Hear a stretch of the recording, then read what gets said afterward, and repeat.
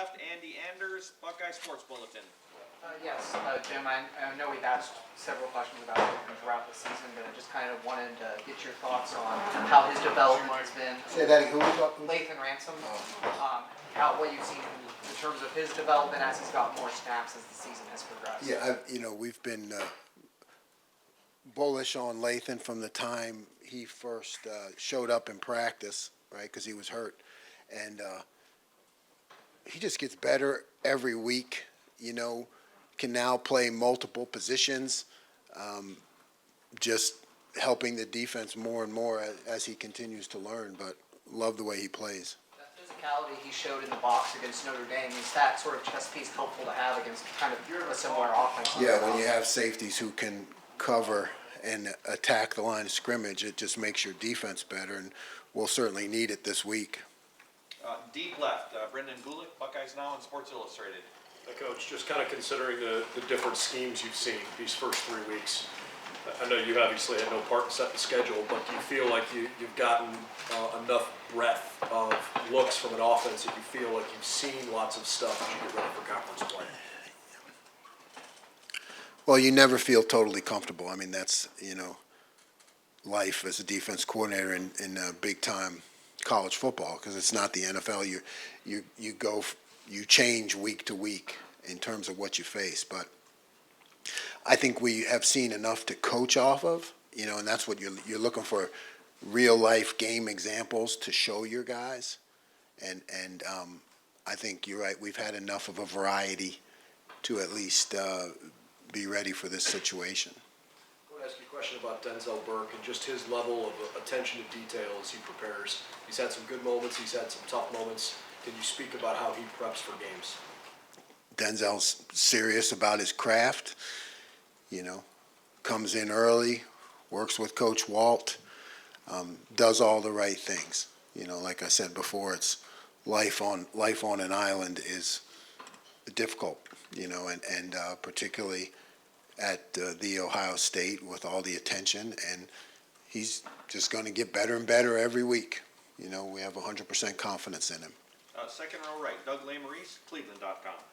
Jim, just looking back real quick, when you face a quarterback like Finn, who had escapability on Saturday, what did you think your defense learned from facing a quarterback like that, and how do you think you guys handled him?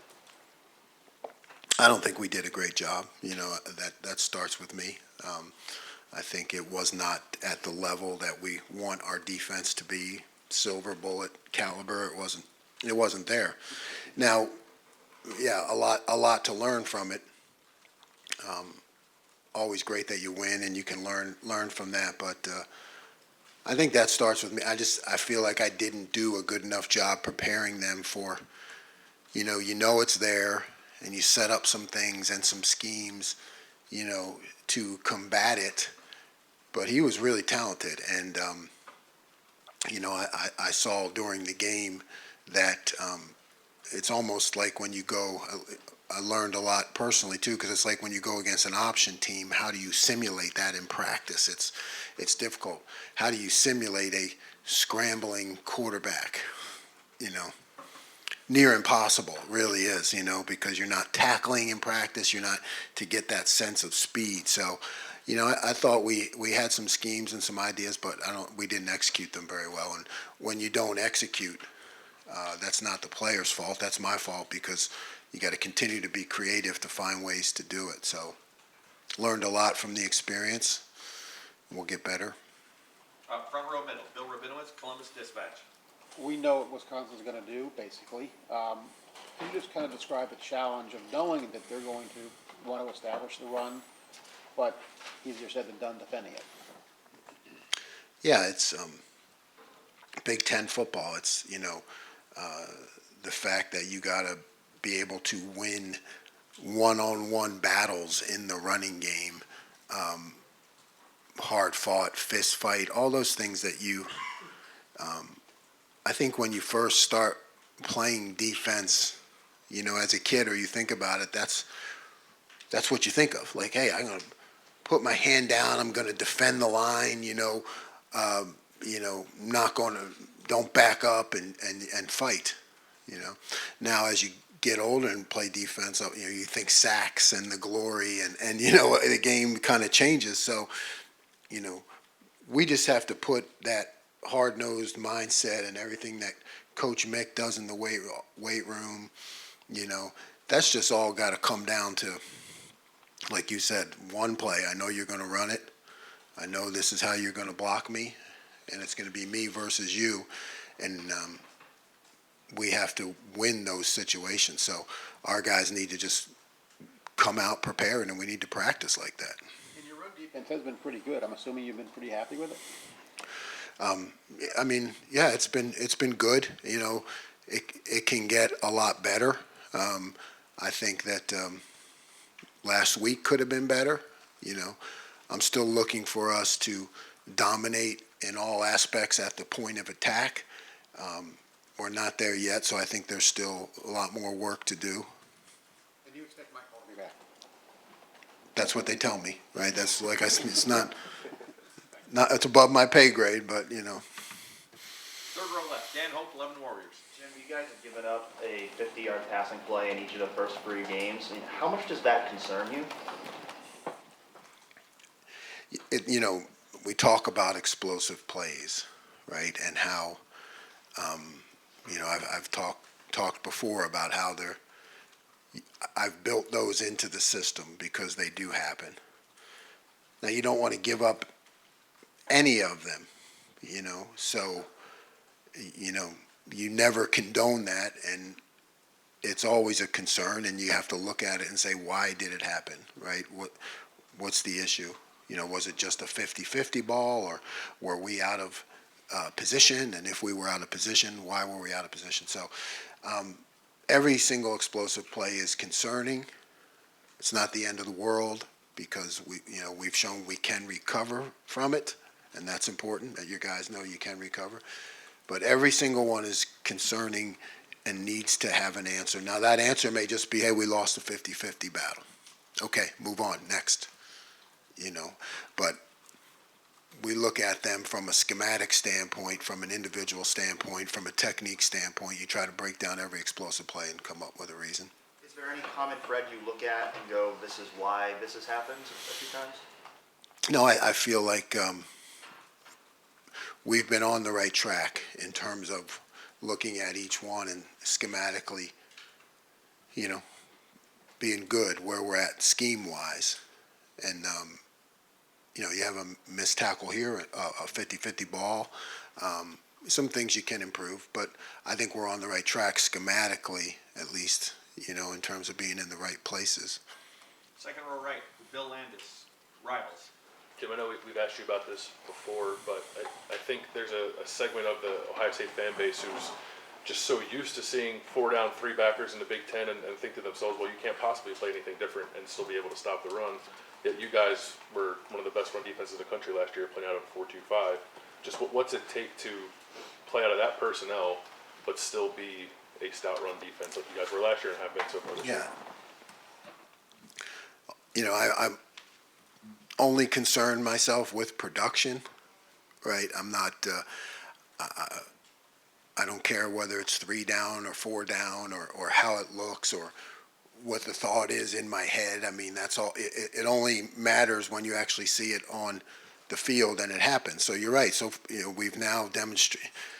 When I was a young coach, I would have thought the same thing. You can't do that, But what I found is that if you can create indecision with the offensive line or the quarterbacks or their combination schemes or, even their one step of footwork, create a little bit of hesitation, and you have some athletes who are attacking and moving around, you give your guys an advantage. In essence, you're playing offense on defense. Now, you can't do it all the time.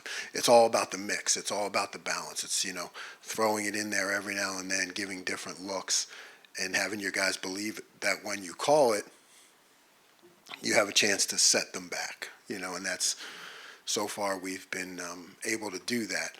And that's with, our opponent this week, if you can get them behind the sticks, you give yourself a better chance, right?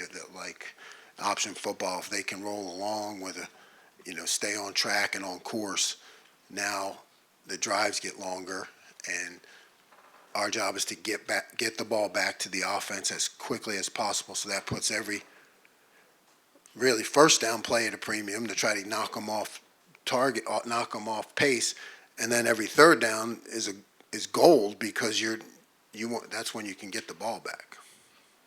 Second row middle, Nathan Baird, Cleveland.com.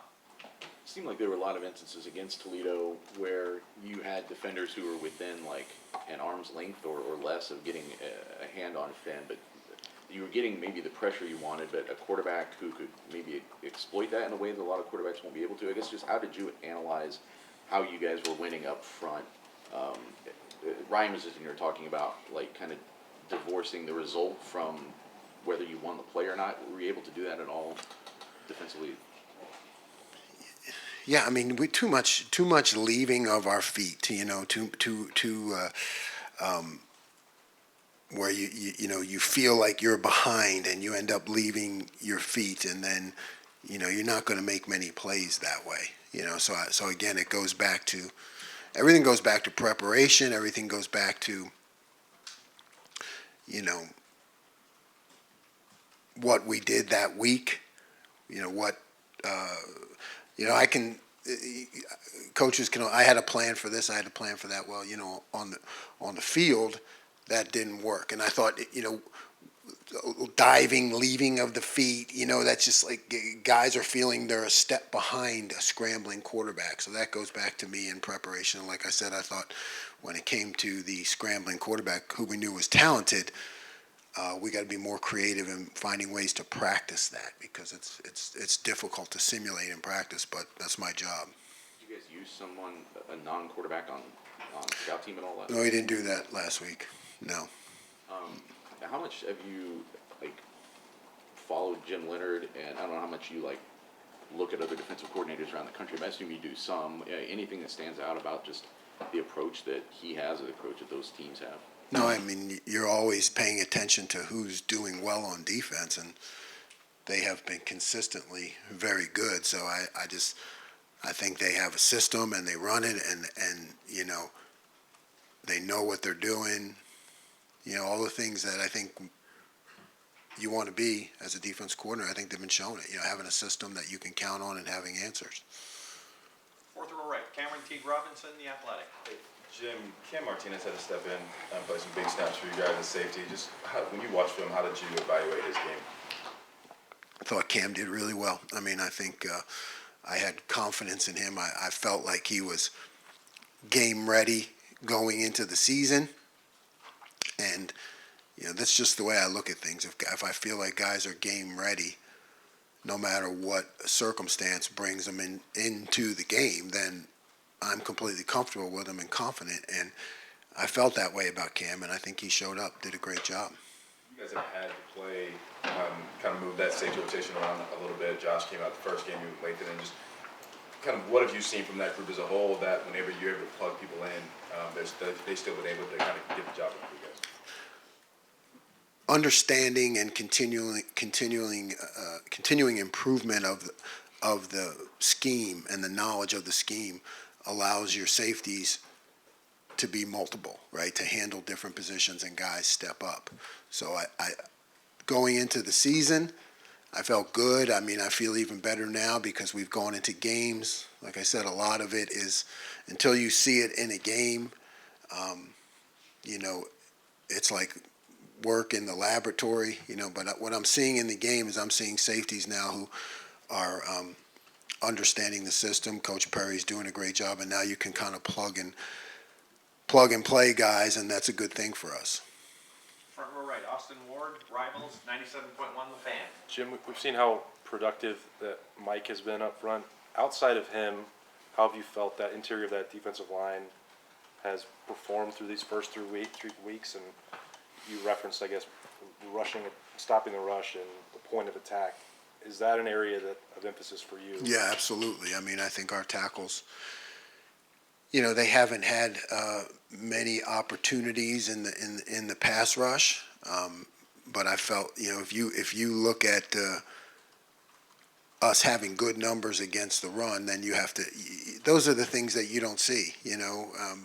fans don't see it or the casual observer doesn't see it. But if we're putting up good numbers in the run, then our tackles are doing the grunt work and doing a lot of good things. Front row right, Tim May, on three.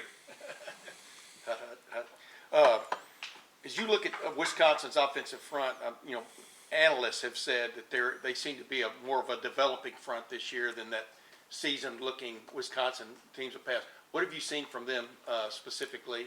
And then number two, you look more at the Washington State film to see what Washington State had from the standpoint of success against them. How does that kind of work? Yeah, you want to, you look at the highest caliber or quality opponent, and that was certainly a game that we focused on and will continue. But I think their offensive line is very solid. Now, you're right, I don't have the experience going back years with them, but, to me, they're as-built, big, physical guys, well-trained, and it'll be a battle.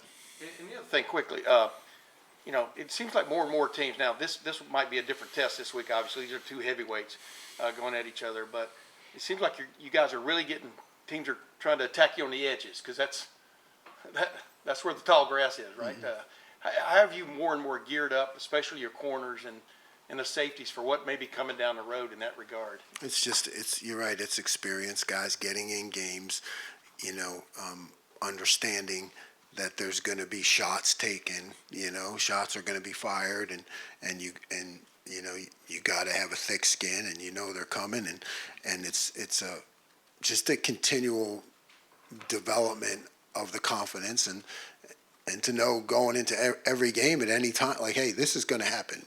They're not making anything here. They're going to go out there, and it's a developmental thing. You want it's game reps are just they're like gold. They count.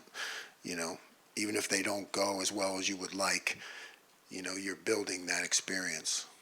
Right next door, Joey Kaufman, Columbus Dispatch. Jim, Ryan was talking to us about CJ's ability to throw on the run, and you guys would do some scrambling drills or some 7-on-7, 7-on-9s, going back to last spring when he kind of first noticed him making progress in that area.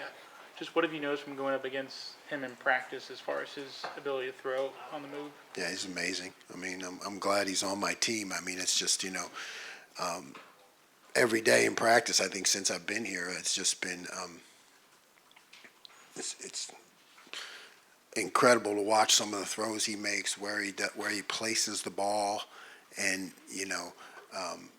it makes it tough to defend, but it makes our guys better. We're fortunate to be able to go against him and our receiving core, and to do it on a regular basis, and that Coach Day continues to have us do that, Tuesdays and Wednesdays, no matter what. Doesn't matter that we're playing a team that's going to come out with 3 tight ends or a fullback. I still want to spend time going against our offense with multiple receivers and the throwing game, because that's going to make us better as the season goes on. And how much harder is it defending the quarterback when he's able to do stuff outside structure? It changes the game, right? Once the pocket is broken, now all routes have changed, all schemes have changed, because everybody is now converting routes, and defensive guys have to plaster. We could find a guy and take him. It's just now it's free form football, and that's a lot different than what I try to do, which is you try to control an uncontrollable game, and once it breaks loose like that, it's every man for himself. And final questions over here to the right, Adam King, WBNS 10 TV. Obviously, not every play can be a turnover, but I think you guys went 25 drives without forcing one. How frustrating is that as a defensive coordinator? How much relief was there when you finally got it? And how do you kind of scheme to try to force turnovers? I don't know if that's possible. Yeah, no frustration, no relief, neither. Like I said, it's one metric, and the key point is to get the ball back to the offense. So that's what I look at. Now, scheming to get turnovers is dangerous. I mean, you know, you might, one or two things maybe. Hey, I think they're going to do this. Let me try this. But they have to come in the natural order of the game by continuous repetition practice so that a guy feels comfortable. That's Ronnie's play. You know, we've been working on that since I got here. You know, and now all of a sudden Ronnie feels comfortable enough to move from his position and pick that up. But it's just it's the course of time, repetition, harping on it, and then the more comfortable they feel, the more they can see the play as it's happening, understand what's about to happen, and then, you know, jump it. Coach, I'm sorry, I got one more question here. Steven Means, Cleveland.com. I mean, you've gone up against your fair share of solid running backs in your career. Just on film, just quickly, I mean, where's Braylon Allen kind of stack up with some of those other guys? Yeah, he's different, you know. Big, strong back.